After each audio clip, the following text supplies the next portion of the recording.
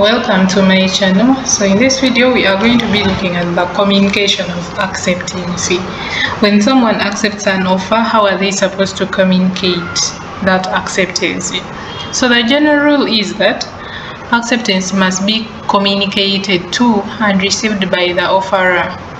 So the offerer is the person who made the offer, so that person must be able to receive that acceptance. So meaning it must be communicated by the offeree. So if acceptance is not received because of interference on a telephone line, or because of the offeree's words, maybe they were not heard by the offerer, then there is no contract. So acceptance of an offer must be communicated clearly to the person making an offer. If the offerer doesn't receive the acceptance, then no contract is formed.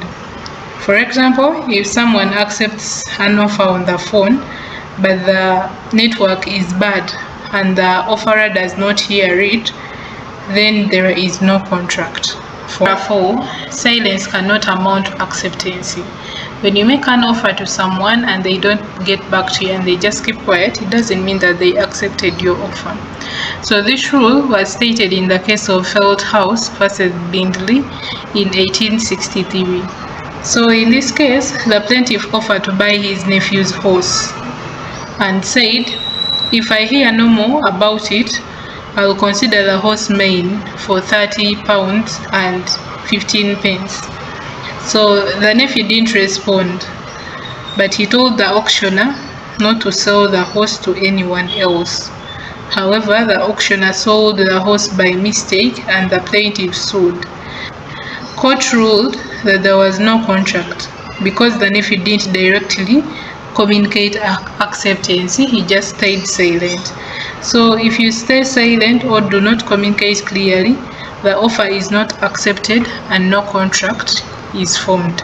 So court therefore concluded that silence does not amount to acceptance.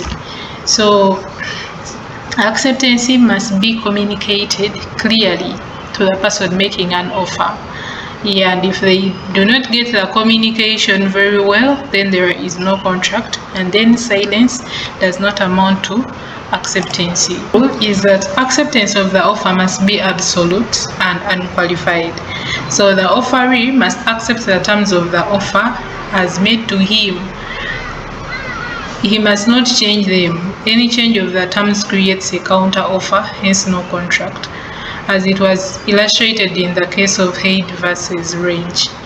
So for acceptance it will be valid, it must be absolute and unqualified, meaning that the offeree must accept the exact terms of the offer without making any changes. If the offeree changes any terms, then it becomes a counter offer, so no contract is valid. So in simple terms, if someone offers to sell you a car of 5,000 and you say, "I'll buy it for 4,800, you've made a counter offer, hence no acceptance. So if the seller rejects your counter offer, you cannot later accept the 5,000 offer unless the seller agrees again. So acceptance of the offer must be absolute and unqualified, meaning you must accept the offer as it is made to you without changing the terms of the offer. Then another rule we have is that the offerer may expressly state the method of communicating acceptance. So acceptance must therefore be communicated to the offerer in the manner stated by him. So if the offerer says that you should accept by word of mouth and you accept by writing, then it means that you've changed the terms of the offer. If they say that you should accept the offer in writing and then you accept by word of mouth, then it means that you've changed the terms of the offer. So acceptance of the offer must be made using the means or the methods of communication that were stated by the offerer or by the person who made the offer. Another rule we have is that acceptance must be communicated by the offeree or by someone with his authority. So if someone else accepts the offer without proper authority, then it is not valid. So this was seen in the case of Powell versus Lee in 1908, where the plaintiff, who is Powell, applied for a headmaster position at a school. The school managers decided to appoint him but did not officially inform him. However, one of the managers, without authorization, told Powell that he had been appointed.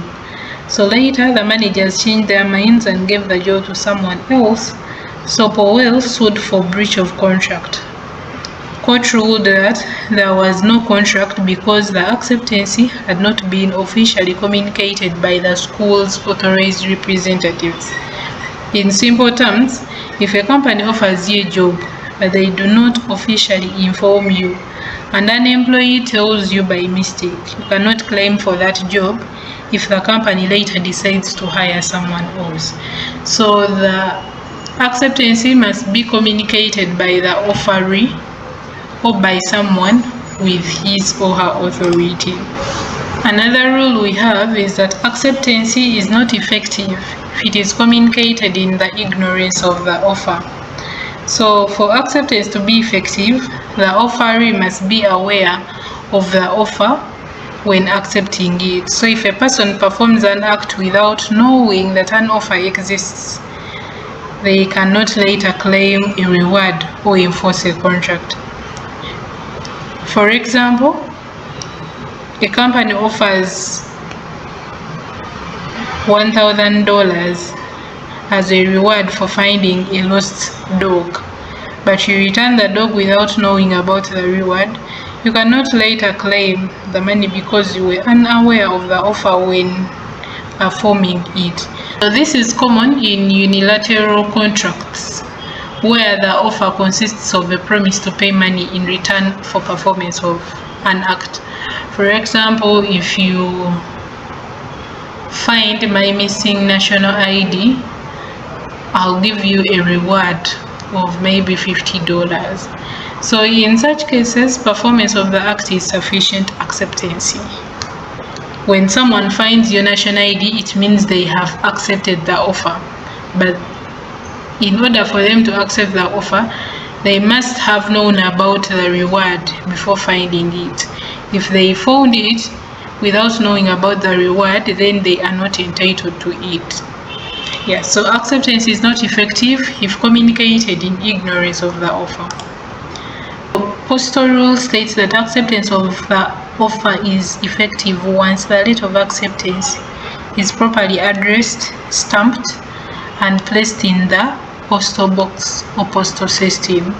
So this means a binding contract is formed at the moment the letter is posted, even if it is delayed or lost in transit.